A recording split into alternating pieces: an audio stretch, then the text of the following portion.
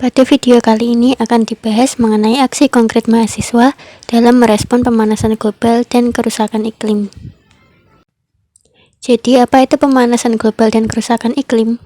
Pemanasan global atau global warming adalah adanya proses peningkatan suhu rata-rata atmosfer, laut, dan daratan bumi.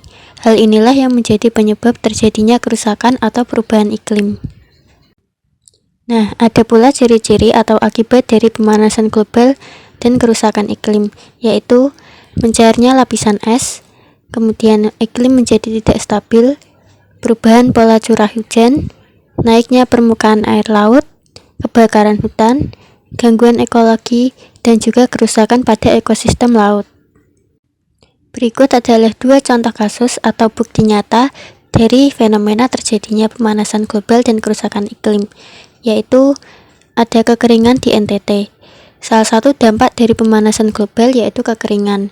Kekeringan ini terjadi di Nusa Tenggara Timur, sebagaimana ditulis di laman Antara News, yang mana disebabkan oleh minimnya curah hujan, sehingga hampir sebagian petani di wilayah NTT terancam gagal panen pada tahun 2010. Kemudian ada juga banjir di Jakarta, yakni cuaca ekstrim yang terjadi di antaranya adalah hujan deras yang disertai juga dengan badai. Dilansir oleh Tempo bahwa terjadi kasus banjir di Jakarta tahun 2014 dan 2015 lalu. Agama memiliki peran penting dalam menggerakkan perubahan iklim dan pelestarian lingkungan. Semua agama mengajak kepada kebaikan, termasuk mendorong masyarakat untuk peduli kepada lingkungan berdasarkan keyakinan. Agama dinilai sangat berpengaruh terhadap perubahan iklim karena ada banyaknya pengikut dalam keyakinan tertentu. Umumnya, agama mengacu pada 5R: reference, respect, restraint, redistribution, dan responsibility.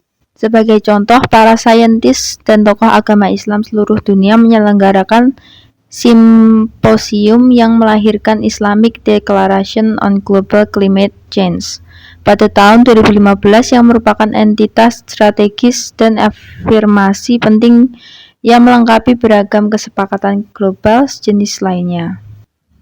Dalam membawa pesan tentang perubahan iklim, para penceramah agama dapat bersandar terhadap dalil-dalil yang ada dalam kitab suci.